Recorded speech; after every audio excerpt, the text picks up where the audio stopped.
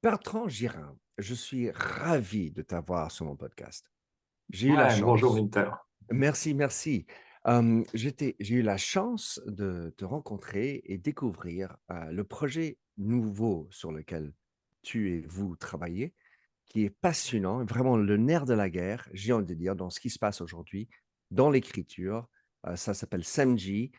Mais d'abord, commençons par toi. Qui est Bertrand Girin?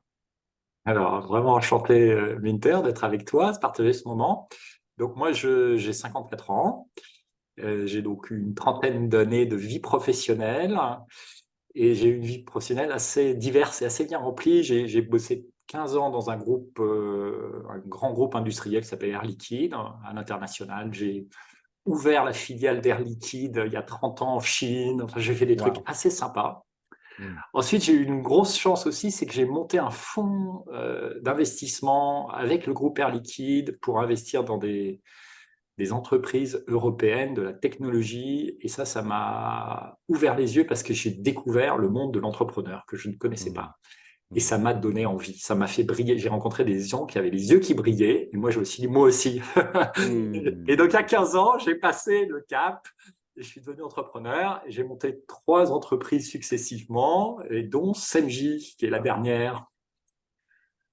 Voilà mon Alors, parcours. ben, génial. Et qu'est-ce qui t'a fait lancer SEMJ? Quelle était la naissance de cette Ah, idée-là? alors, Semji, c'est le fruit d'une rencontre avec mon associé Nicolas, qui était quelqu'un qui avait bossé pour moi en tant que moi lui était fournisseur. C'est un expert du SEO, hein, Search Engine Optimization, le référencement en français. C'est un gars assez connu hein, dans le milieu et il y a 12 ans de ça, on a d'abord monté, avant SMJ, ça s'appelait Réputation VIP, on s'occupait de la réputation des marques et des dirigeants Hmm. sur Google.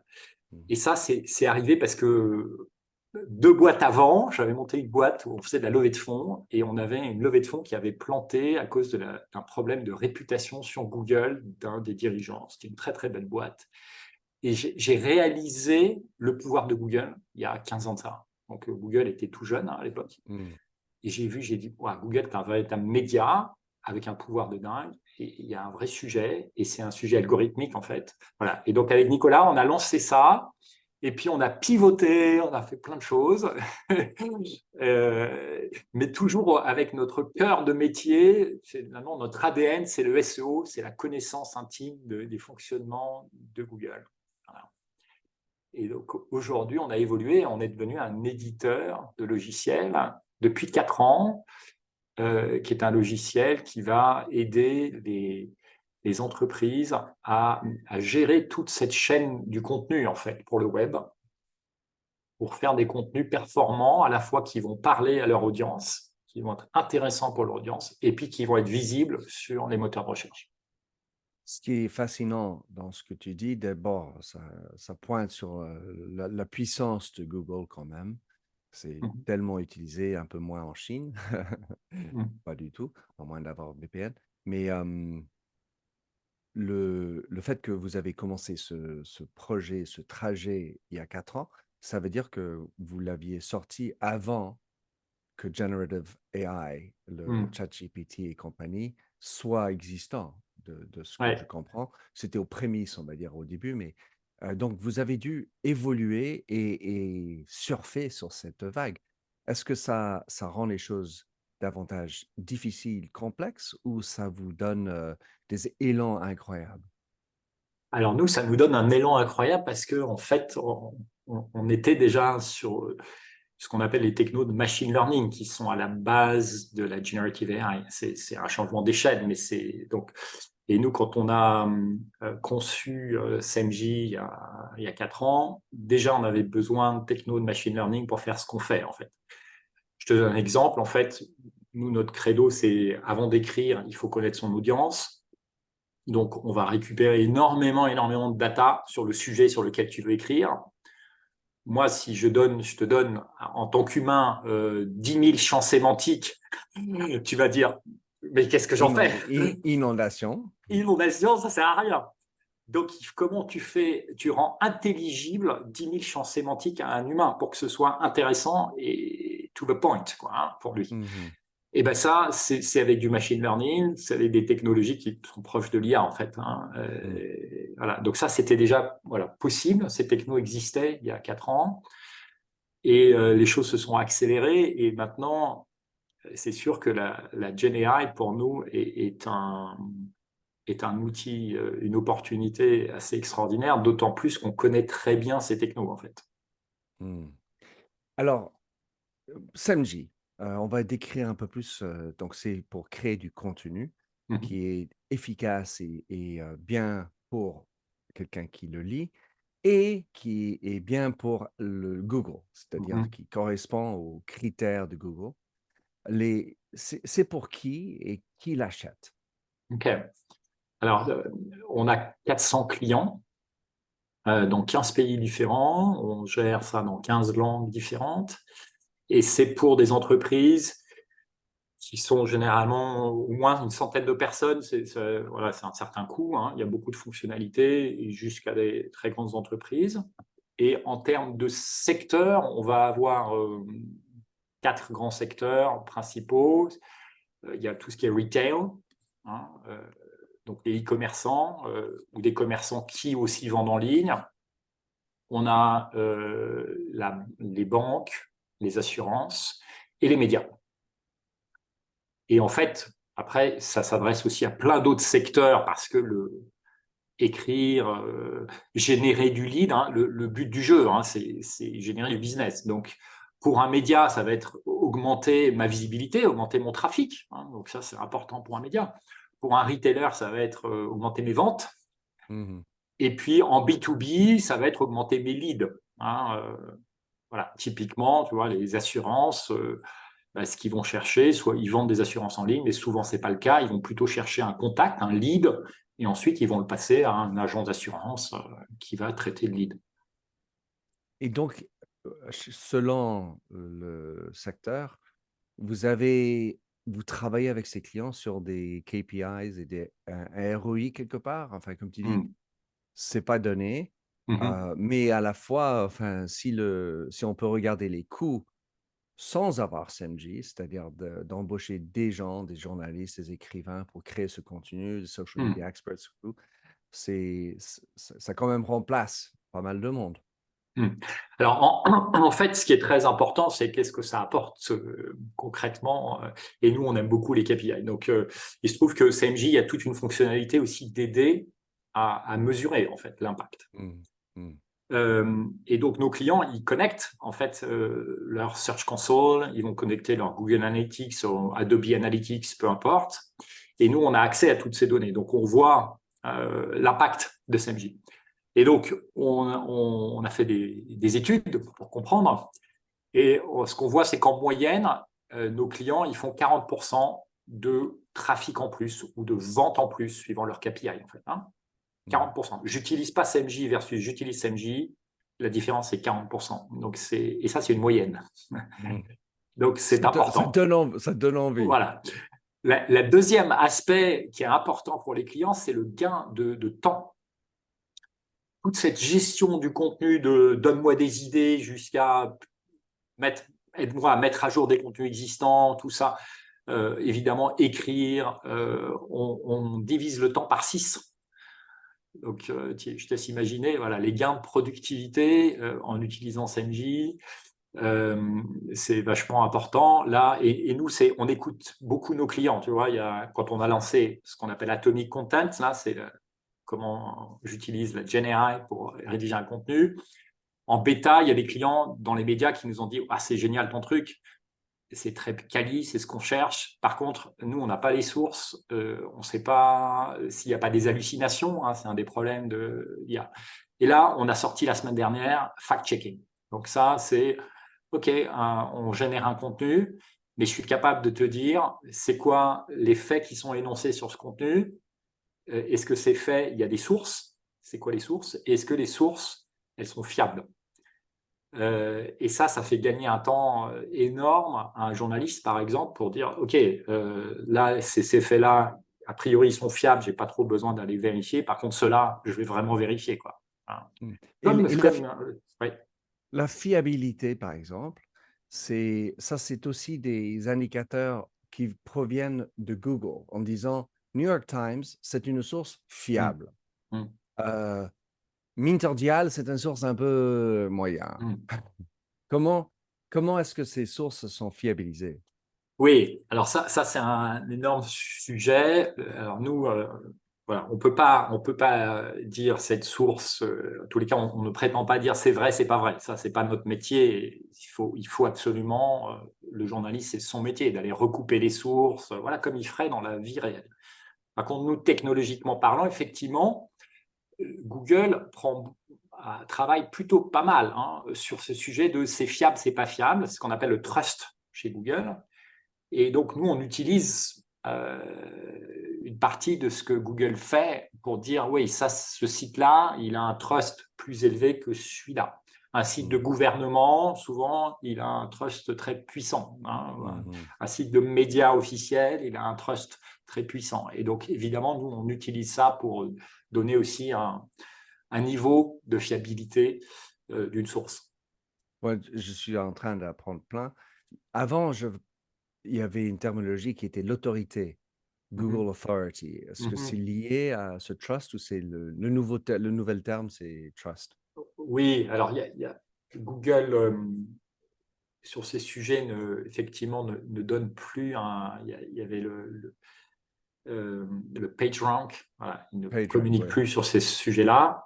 Par contre, il y a pas mal d'outils en fait qui ont leur propre terminologie. Tu vas avoir ce qu'on appelle le domain rating, par exemple, qui est globalement une mesure du trust, hein, Mhm, de l'autorité du site. mhm, Mais la mhm, terminologie a changé, mais la philosophie reste la même en fait. mhm. Bien sûr, c'est cool. Donc, tu as parlé de Atomic Content. Donc, ça, c'est un bouton magique sur ton Mm. site. J'ai eu la chance de pouvoir jouer avec ça, jouer, enfin, plus que jouer, mais c'est jouissant, je dois Mm. dire, d'utiliser parce que c'est tellement puissant. Et ensuite, il propose, enfin, ou bien, il propose de donner une structure. Alors, l'idée, enfin, quels sont les boutons les plus utilisés Mm. dans les créations de contenu? Est-ce que c'est plus, j'ai mon titre, c'est le meta description que je voudrais que soit systématiquement créé par vous. C'est la structure et je remplis le reste. Quelles sont les fonctionnalités les plus utilisées par tes clients? Alors ça, c'est une très très bonne question. Nous, on regarde évidemment l'utilisation, et aussi quand on lance une fonctionnalité, on regarde l'adoption. Ouais. Et Atomic Content, c'est la fonctionnalité qui a une adoption la plus incroyable hein, chez nous. Donc, on regarde la propagation Ouais. et l'adoption et l'utilisation quotidienne, hein, en fait. Hein, Donc, Atomic Content, c'est né d'un constat quand le Gen AI est arrivé. On a dit, ouais, c'est génial. Et c'est une réflexion au niveau du board hein, qu'on a eu en disant, OK, qu'est-ce qui va se passer? C'est-à-dire que tout le monde va pouvoir appuyer sur un bouton pour générer du contenu. Or, nous, nos clients, ce qui compte, c'est pas générer du contenu. Ce qui compte, c'est générer du contenu de qualité. Mhm. Et surtout, de se différencier. Parce que si tu as des millions de contenus qui sont tous pareils, OK, tu fais partie du million de contenus. Donc, OK, ça veut dire quoi un contenu de qualité qui se différencie? Mhm. Et c'est ça qu'on a travaillé, en fait. Hein. Mhm. Et on a travaillé, jusqu'à, on a mis un an et demi hein, pour sortir Atomic Content pour un niveau de satisfaction qui correspondait à ça. Et nous, on a la chance d'avoir un credo qui est de dire on écrit pour une cible d'abord en prenant en compte Google. Et tu as dû voir dans notre système qu'on a une note qui s'appelle le Content Score, Mhm. qui va être cette adéquation en fait entre ce que l'audience demande, ce qu'elle va l'intéresser et ce que Google demande. Et on avait la chance d'avoir ça. Et donc, on a dit, un des premiers critères, c'est que quand on demande à un humain de rédiger, on lui dit, il faut que tu aies un content score minimum de 75. On a dit, l'IA, Atomic Content, il faut que ça fasse pareil. Hein. Mhm. C'est un content score élevé qui a une garantie que tu vas intéresser ta cible, tu vas répondre à des sujets autour de ta cible, et puis tu as écrit en fonction des exigences de Google. Donc, tu vas devenir visible dans Google. Parce que notre credo aussi, c'est si tu écris un contenu formidable, les personnes le voient, ça sert pas à grand-chose. n'est-ce pas? Voilà. Donc, c'est parti de ça, en fait, Atomic Content. On veut que ce soit avec de l'IA, mais de l'IA différenciante pour les clients. Et donc, c'est de la qualité. Ensuite, l'autre sujet, tout de suite, on a discuté avec nos clients, en fait. C'était quoi la qualité pour eux? Ils ont assez vite dit, OK, moi, je veux pouvoir écrire selon... Moi, j'ai un style, en fait. J'ai un style de marque. Et ça, c'est quelque chose qui est en alpha pour le moment chez nous, qui va bientôt sortir en bêta chez un certain nombre de clients, qui est comment je donne ma brand voice. OK. Donc ça, c'est vachement important et on a des clients qui ont des besoins différents là-dessus. Il y a des clients où la brand voice est très organisée, documentée. Donc, voilà, ils pourront donner leur documentation à notre IA qui va la comprendre et boum, la mettre en œuvre. Il y a des clients, au contraire, c'est pas du tout documenté. Mais par contre, il y a un existant. Il y a des articles déjà qui existent et donc on peut apprendre de ces articles, de ce qu'est leur brand voice. Tu vois. Et puis, ce qui était aussi important chez nos clients, c'est qu'il y a des clients qui restent très attachés à écrire eux-mêmes. Ça, c'est tout à fait possible toujours chez CMJ. Et puis, ou des clients qui veulent faire un mix. Donc, avec CMJ, tu peux à la fois dire, bah, CMJ, donne-moi plutôt des titres de paragraphes, ma structure, et puis moi, je vais écrire les paragraphes derrière. Ça, tu peux le faire. Tu peux avoir donc l'IA qui va t'aider à créer ta structure. Ou bien tu peux dire, OK, ce paragraphe-là, moi, j'y arrive pas. Je ne sais pas trop quoi dire. Ah, ben, l'IA, donne-moi des idées, écris-moi, et puis tu peux choisir, dire, OK, réécris, tac, je choisis pas, ou je choisis, puis je retravaille derrière. Donc, c'est aussi cette souplesse, parce que nous, on a une multitude de clients qui travaillent différemment, et donc, la force aussi de notre IA, c'est que ça s'adapte un peu à tous les cas de figure de nos clients. C'est passionnant et je dois dire que c'était presque hilarant, ce forward slash, quand je pouvais juste appuyer forward slash Mhm. et puis bouf, tu regardes ça émerveillé. Comme j'étais avec Gen AI par ailleurs, enfin, c'était au tout début, je trouvais ça super, mais le fait que vous y arrivez à améliorer d'ores et déjà les contenus hallucinants, entre guillemets, qui viennent de ChatGPT ou autre.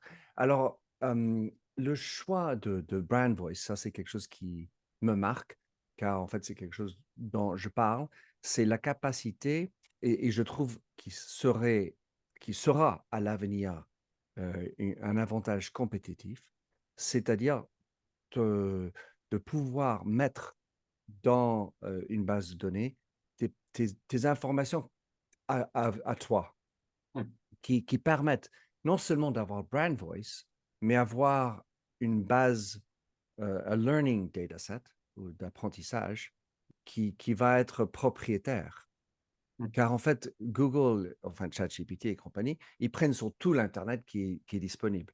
En revanche, moi, dans ma société, je suis une banque, j'ai des clients, j'ai une manière de les aborder, je parle de cette manière, j'ai un temps de réponse qui est systématiquement protocolaire, 24 heures de réponse à toute interrogation, et j'ai un style, j'ai des produits, et donc, vous êtes capable de augmenter la base de données d'apprentissage spécifiquement pour chaque client.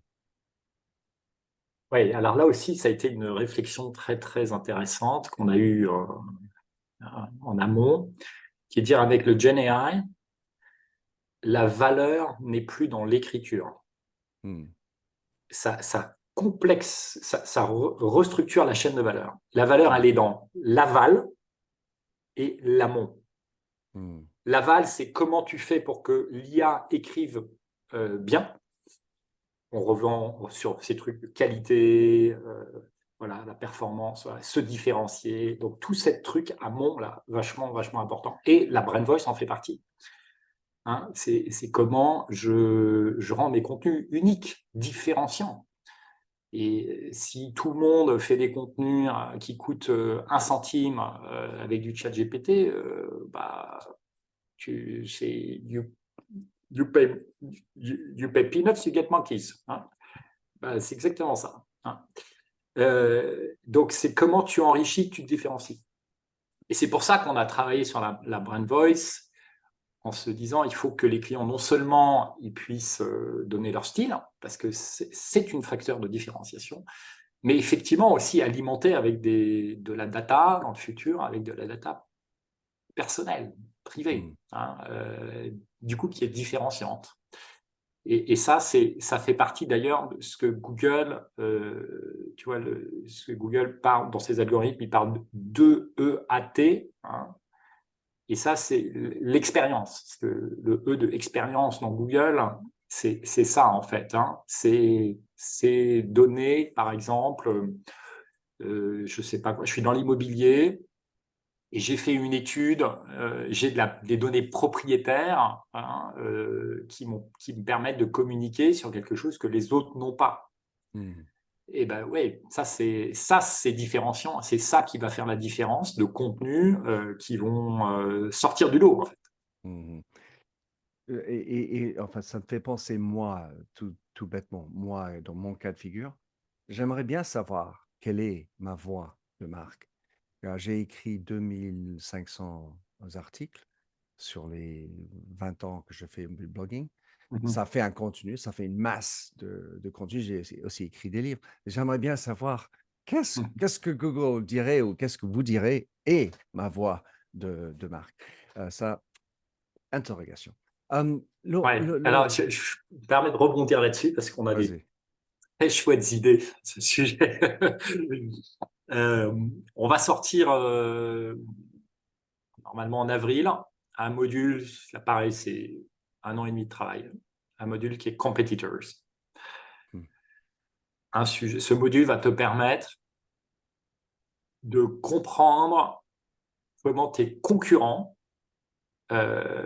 produisent du contenu, où est-ce qu'ils tirent leurs revenus, c'est quoi ils sont en train d'écrire sur telle thématique.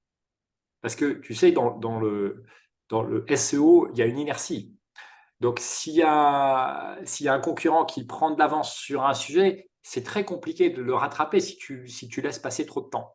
Et après, il devient hyper dominant. Donc, ce module va te permettre de surveiller tes concurrents, de comprendre ce qu'ils font, où est-ce qu'ils sont en train de travailler en termes sémantiques, thématiques. Ça, c'est la première version. Les versions suivantes, il y a des sujets de brand voice aussi. C'est quoi my brand voice versus celle de mes concurrents? Et je suis certain, ce sujet, parce qu'en fait, l'intérêt pour les marques, souvent, enfin, j'ai des exemples dans ma tête de personnes qui ont été embauchées, qui étaient très bons dans les social media.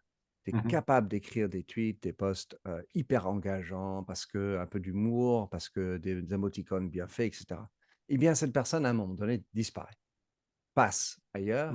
Ils doivent te rembaucher, peut-être qu'ils vont aller chercher une agence, mais garder la voix dans le temps, c'est enfin, consistency, la constance d'une marque aussi est important.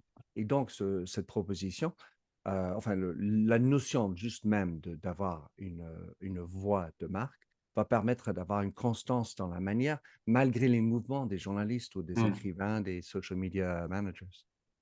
Oui, alors je suis complètement d'accord là-dessus, et l'IA est un vrai atout pour ça. Mais il y a un autre sujet, c'est les risques.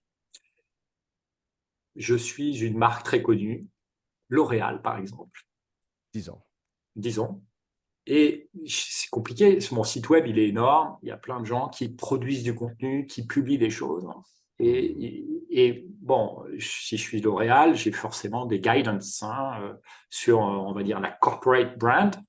Ok, je veux, dans ma marque Ombrelle, je veux porter un certain nombre de messages sur, je sais pas, la diversité, l'inclusivité, plein de sujets. Et puis après, ça se décline dans les RH, par exemple. Ok, ma marque employeur, ok. Et puis après, il y a la réalité terrain. C'est-à-dire, concrètement, il y a telle page qui est écrite de cette façon-là et qui peut-être n'est pas du tout cohérente avec la marque Ombrelle, par exemple. Wow, oui, oui, oui, bien Tu sûr. vois le sujet. Et ça, voilà, c'est un sujet aussi où on pourrait, nous, aider les marques à être sûrs d'avoir une cohérence, en fait. Ça explose la tête là, Bertrand. Là, Ah, on est là aussi pour parler du futur, hein. eh ben oui, mais enfin, c'est juste, enfin, je voulais utiliser le mot hallucinant, les opportunités que vous représentez sur le créneau. Alors, dans ce que vous faites, vous avez facilement intégré Gen AI. Vous avez choisi ChatGPT. Est-ce que vous regrettez d'avoir choisi ChatGPT? Est-ce que vous pouvez, dans un moment facile, changer pour Gemini ou je ne sais pas qui d'autre, Mmh. Bard, pour, parce que vous trouvez en fait que l'autre est mieux? C'est le mieux de ce qui Ouais. existe?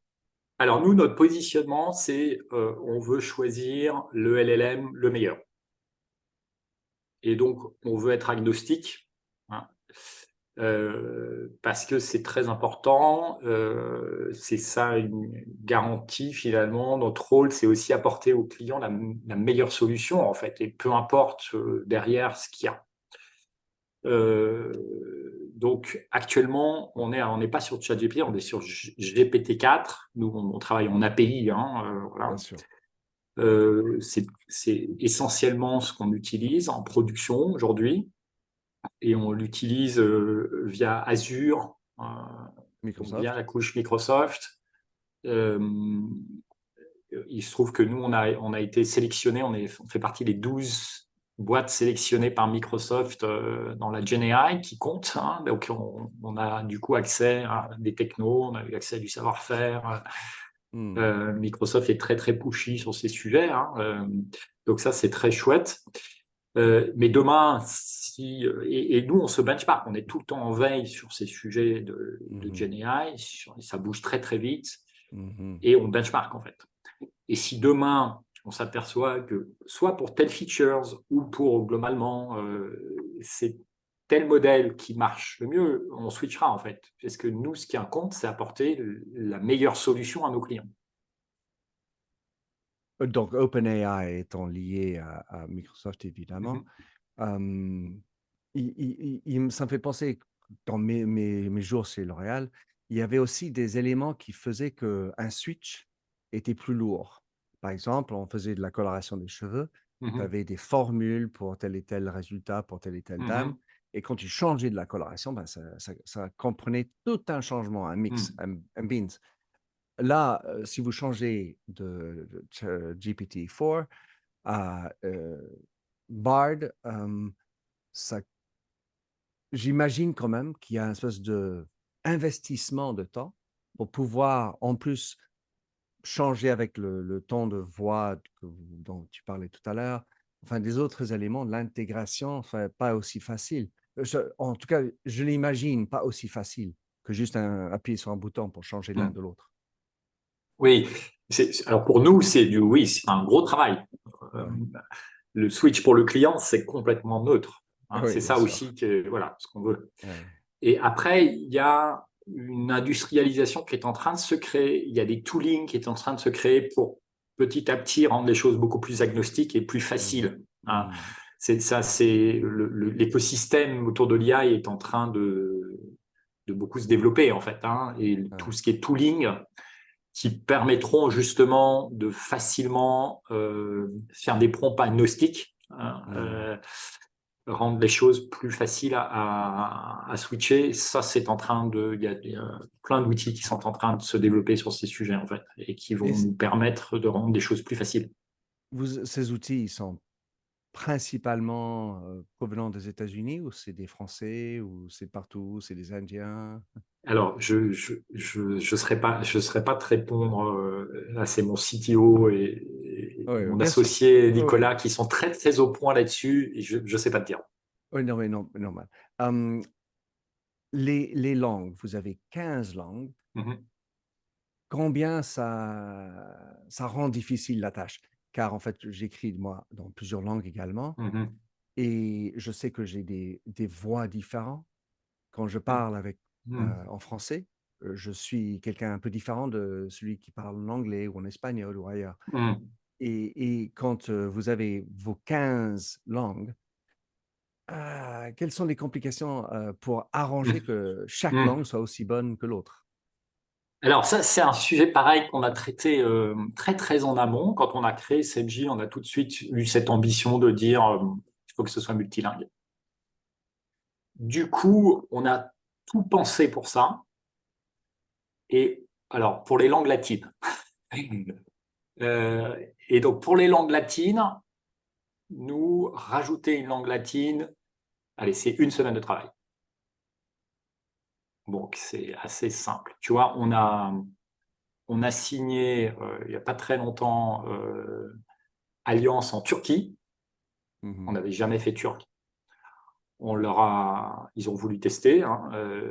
On a sorti le turc en quelques jours et ils étaient bluffés de la qualité. Ils n'y croyaient pas parce Mhm. on a été très transparent. On leur a dit c'est une nouvelle langue, on va le faire Mhm. et nous, ça nous intéresse aussi que vous nous donniez du feedback. Ils ont dit vous Parce parlez que turc, vous quoi. êtes pas toi, tu n'es pas capable de vérifier le Non, turc, eh ben non, justement. Alors là, par c'est un exemple. des sujets, c'est que quand on crée une nouvelle langue, il faut qu'on ait un feedback de quelqu'un qui parle la langue. Et dans les équipes de CMJ, on n'avait personne qui parlait turc.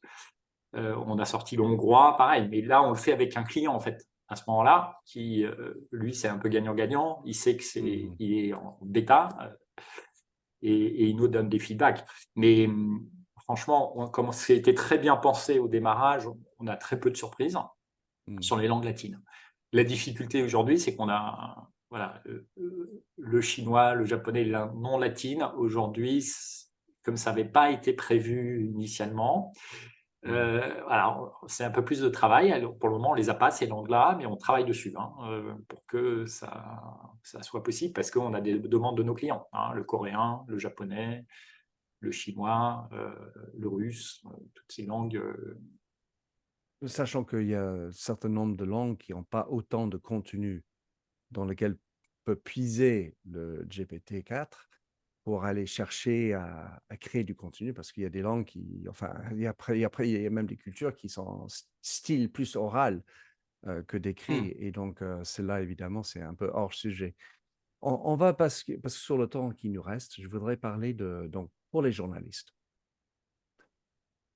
Il y a déjà un chamboulement pour le journalisme de manière générale, les médias, mhm, le coût de l'investigation, on n'en peut plus d'en avoir. Il y a, enfin, il y a une crise sur le modèle de business pour les journalistes. Euh, je vois en ce que tu fais, vous faites quand même beaucoup d'intégration de l'IA plus l'humain. Il y a quand même un rôle important de saisir, d'améliorer, de peaufiner, de choisir des choses. Évidemment, il y a ceux qui sont, on va dire, plus paresseux qui vont faire atomic content et publier direct. Enfin, ça les regarde.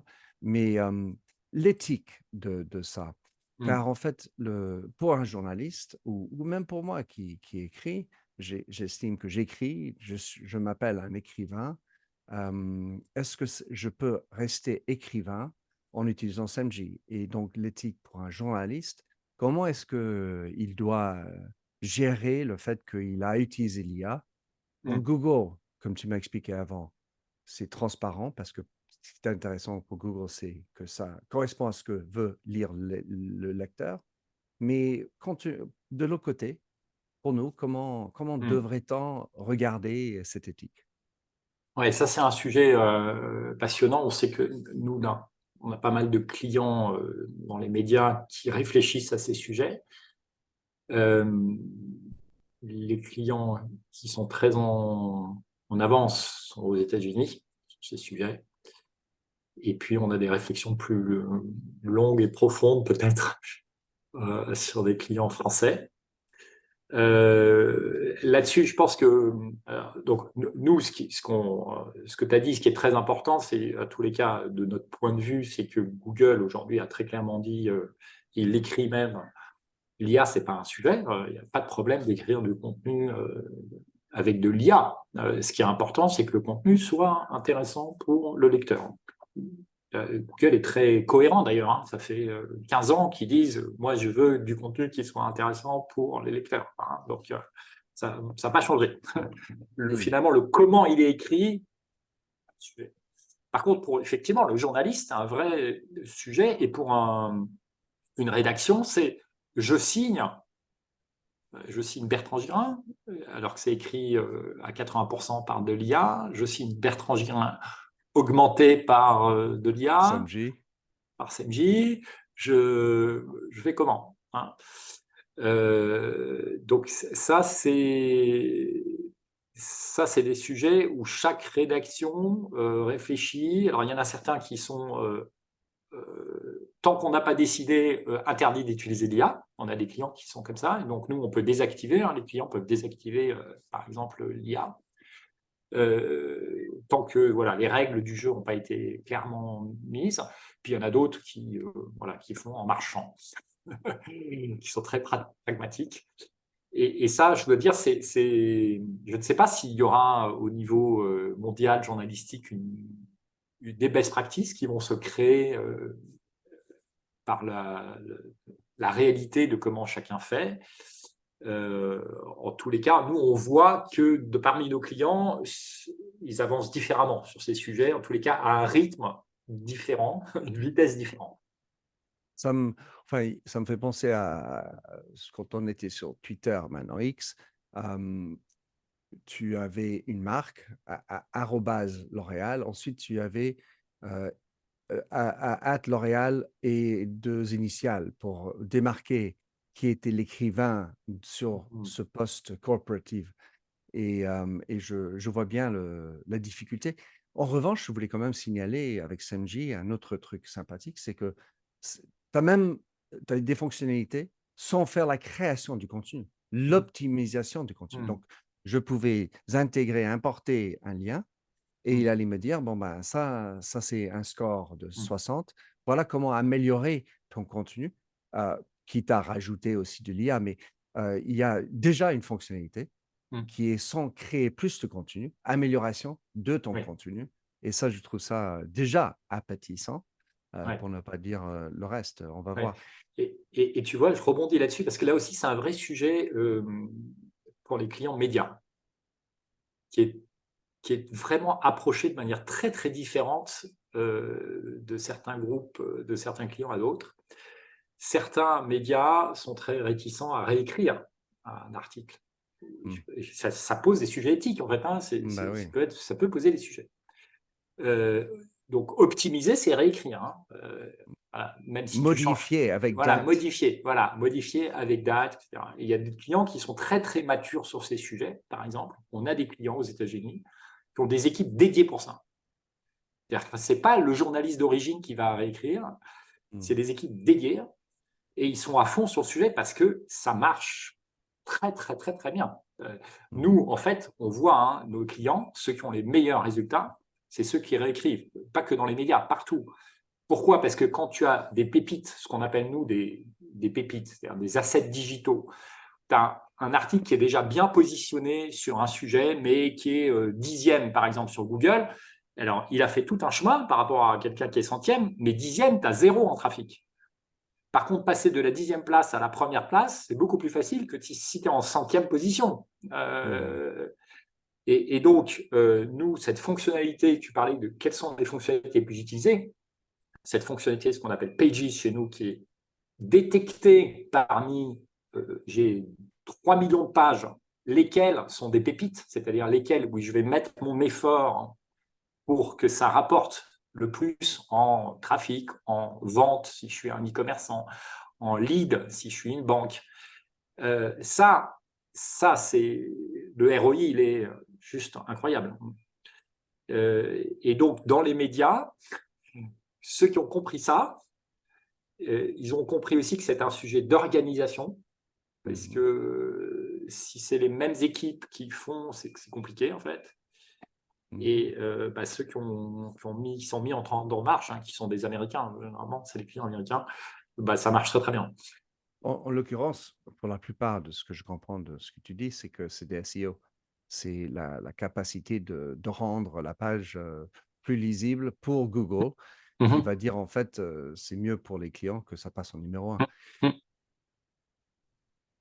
Mais le problème pour moi là-dedans, enfin, un autre enjeu, c'est que Google change les règles. Et donc, quand vous avez un changement de pratique, Mhm, le H2, H3, l'organisation, mhm, mhm. tags est moins intéressant, il faudrait changer. Donc vous, vous êtes, un peu de enfin avec ton cofondateur, main en main avec, comment Google fonctionne pour adapter SEMJ. Oui, alors ça aussi, c'était très. On a conçu CMJ pour que ça s'adapte complètement en temps réel au changement d'algorithme de Google. On fait du rétro-engineering, si tu veux. Ouais, Et ce qui est intéressant, c'est que si par exemple, tu as une page qui a perdu tout d'un coup des positions, tu ouais, peux aller mettre à jour ton content score. Si tu vois que ton content score chute, c'est probablement parce que ce qu'on appelle les intentions de recherche, par exemple, ont changé. Quelqu'un qui va, je sais pas, dire je cherche une assurance voiture, peut-être que maintenant les gens cherchent autre chose, ils cherchent plus un comparateur, ils cherchent voilà. Et donc, si toi tu t'es pas adapté, bah, ton content score va chuter et ta position va chuter. Et donc tu peux mettre à jour. Hein, nous on a des clients qui ont un protocole toutes les semaines, les pages clés, ils mettent à jour le content score, ils vérifient qu'ils sont toujours au top, parce qu'ils savent que les mises à jour de Google sont régulières, les choses évoluent, et donc il faut tenir à jour. Et donc ils ont des pages dites clés qui vont surveiller en permanence, et ils vont vouloir qu'elles soient au top tout le temps, tout le temps. c'est juste incroyable. Bertrand, le temps est cher. Je te remercie d'avoir expliqué tout ça. C'est juste incroyablement passionnant. Pour tous ceux qui ont écouté jusqu'ici, comment est-ce que les gens peuvent te contacter, chercher du SEMJ, te suivre ou contacter si Mhm. besoin est? Quels sont les meilleurs liens? Alors, c'est semj.com, notre site web. Euh, SEMGI, JI, JI, pardon. JI, voilà. semji.com. Bien sûr. Ensuite, on produit énormément de webinars, de livres blancs. Il y a plein de ressources hein, très intéressantes, des case studies sur notre site. Je vous invite à participer, à télécharger. Tout ça est gratuit. On anime notamment ce qu'on appelle le SEO Square, qui est l'événement en Europe le plus important. C'est nous qui organisons ça. SEO Square, 2 fois par an. Ça rassemble plus de 5000 personnes en ligne avec des conférences juste incroyables. On sélectionne des experts dans leur domaine qui vont parler de sujets autour du contenu. Donc, il y a le SEO Square qui arrive en mars en France, la prochaine version, et en avril aux États-Unis. Et ça, voilà, c'est du pain béni quand si les gens sont intéressés par ces sujets, ils peuvent s'inscrire. Tout ça est gratuit. Je te remercie. Je vous félicite pour le vrai Merci. travail et à très vite. Je suis ravi. Merci, merci, merci. Merci, Minter.